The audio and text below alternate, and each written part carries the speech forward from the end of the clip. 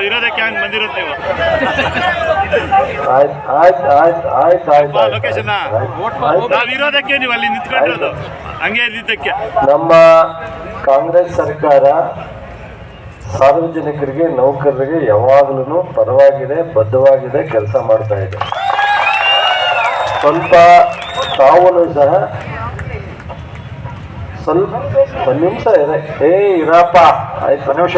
ನೀವು ಸರ್ಕಾರಿ ನೌಕರರಾಗಿ ಸಮಾಧಾನವಾಗಿ ಮಾತನಾಡೋದನ್ನ, ಪ್ರತಿಭಟನೆ ಮಾಡೋದನ್ನ, ಬೇಡಿಕೆ ಈಡೇರಿಸೋದನ್ನ ದಯವಿಟ್ಟು ನೀವೆಲ್ಲ ಪದಾಧಿಕಾರಿಗಳು, ಲೀಡ್ರು, ನೌಕರರು ಸ್ವಲ್ಪ ನೀವು ಕೂಲಾಗಿರಬೇಕು ದಯಮಾಡಿ. ಸೊ ನಿಮಗೆ ನೀವು ಸರ್ಕಾರದ ಈಗಾಗಲೇ ನಮಗೊಂಥರ ಜವಾಬ್ದಾರಿ ಇದ್ರೆ ನಿಮಗೂ ಒಂಥರ ಜವಾಬ್ದಾರಿ ಇದೆ. ಸಾರ್ವಜನಿಕರ ಈ ರಾಜ್ಯದ ವ್ಯವಸ್ಥೆಯನ್ನು ನಡೆಸೋದಕ್ಕೆ ನೌಕರರಿಗೆ ನಿಮಗೂ ಸಹ ಜವಾಬ್ದಾರಿ ಇದೆ ಅನ್ನೋದನ್ನು ನೀವು ಅರ್ಥ ಮಾಡ್ಕೋಬೇಕು ದಯವಿಟ್ಟು. ಸೊ ಇಲ್ಲೊಂದು ಮಾತಾಡಿದ್ರೆ ಅಲ್ಲೊಂದು ಮಾತಾಡೋದು, ಅವರೊಂದು ಮಾತಾಡೋದು ಅದಲ್ಲ. ಸ್ವಲ್ಪ ಶಿಸ್ತೂ ಇರಬೇಕು. ಶಿಸ್ತು ಒಳ್ಳೆಯದು. ನಿಮ್ಮಿಂದ ಬೇರೆಯವ್ರು ಕಲಿಬೇಕೇನ, ಬೇರೆಯವರಿಂದ ನೀವು ಕಲಿಯುವಂಥದ್ದು ಆಗ್ಬಾರ್ದು. ದಯಮಾಡಿ ತಾಳ್ಮೆ ತಗೊಳ್ಳಿ. ನಾವು ಹಿಂದೆ ನಮ್ಮ ಉಸ್ತುವಾರಿ ಕಾರ್ಯದರ್ಶಿಗಳಂತ ಸುರ್ಜೇವಾಲರು ಸಹ ನಿಮ್ಮ ಜೊತೆ ಮಾತನಾಡಿದ್ರು.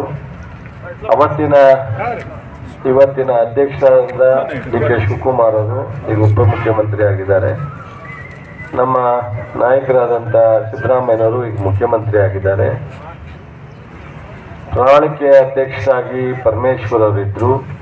ಇವೆಲ್ಲರ ಸಮ್ಮುಖದಲ್ಲಿ ಚರ್ಚೆಯಾಗಿ ನಿಮ್ಮ ಜೊತೆ ಪ್ರಣಾಳಿಕೆಯಲ್ಲಿ ಸೇರಿಸಿ ಮುಂದಿನ ದಿನ ಇದನ್ನು ಜಾರಿಗೊಳಿಸುವಂಥ ಎಲ್ಲ ಥರದ ಲೆಕ್ಕಾಚಾರವನ್ನು ಮಾಡೋಣ ಅನ್ನೋ ಒಂದು ಭರವಸೆಯನ್ನು ಕೊಟ್ಟಿದ್ದು ಸತ್ಯ, ನಿಮಗೂ ಗೊತ್ತು.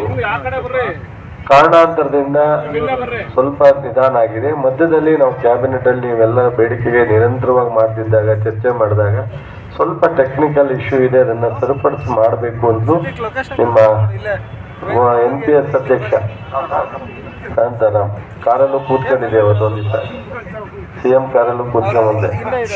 CM ಕಾರಲ್ಲಿ ನಿಮ್ಮೆಲ್ಲರ ಪ್ರತಿದಿನ ಕೂರ್ಸ್ಕೊಂಡಿದ್ರು, ಗೊತ್ತಾಯ್ತಾ? ಅವ್ರ ಸೆಕ್ರೆಟರಿಗಳನ್ನ IAS ಅವ್ರನ್ನ ಸ್ಟ್ರಿಕ್ಟ್ ಆಗಿ ಹೇಳ್ತಾರೆ ಆದೇಶನ. ಆದ್ರೆ ನಿಮ್ಮೆಲ್ಲ ಪ್ರತಿನಿಧಿನ ಕಾರಲ್ಲಿ ಕೂರ್ಸ್ಕೊಂಡು ಮಾತಾಡಿದ್ರು ಅಂದ್ರೆ ನಿಮ್ಮ ಬಗ್ಗೆ ಪ್ರೀತಿ ಇರೋದೇ ತಾನೇ? ನಿಮ್ಮ ಬಗ್ಗೆ ಪ್ರೀತಿ, ವಿಶ್ವಾಸ ಏನೋ ಮಾಡಬೇಕು ಅನ್ನೋದಿಲ್ಲದೆ ಇದ್ರೆ ಸೊ ನಿಮ್ಮ ಪ್ರತಿನಿಧಿನ ಯಾಕೆ ಕಾರಲ್ಲಿ ಕೂರ್ಸ್ಕೊತಿದ್ರು? ಮಾಡಿ ಸ್ವಲ್ಪ ಸಮಾಧಾನ ಆಗಿದ್ರಪ್ಪ. ಸೊ ಅದರಿಂದ ಸ್ವಲ್ಪ ನನಗೆ ಸಂಪೂರ್ಣ CM ಅವರು ಮಾಡಬೇಕು ಅನ್ನೋ ಒಂದು ವಿಚಾರದಲ್ಲಿ ನಮ್ಮ ಉಪಮುಖ್ಯಮಂತ್ರಿಗಳು, ಮುಖ್ಯಮಂತ್ರಿಗಳು ಇರ್ತಕ್ಕಂಥ ಸತ್ಯ. 7th ಪೇ ಕಮಿಷನ್ ವಿಚಾರ ಬಂದಾಗ ಭಾಳಷ್ಟು ಜನ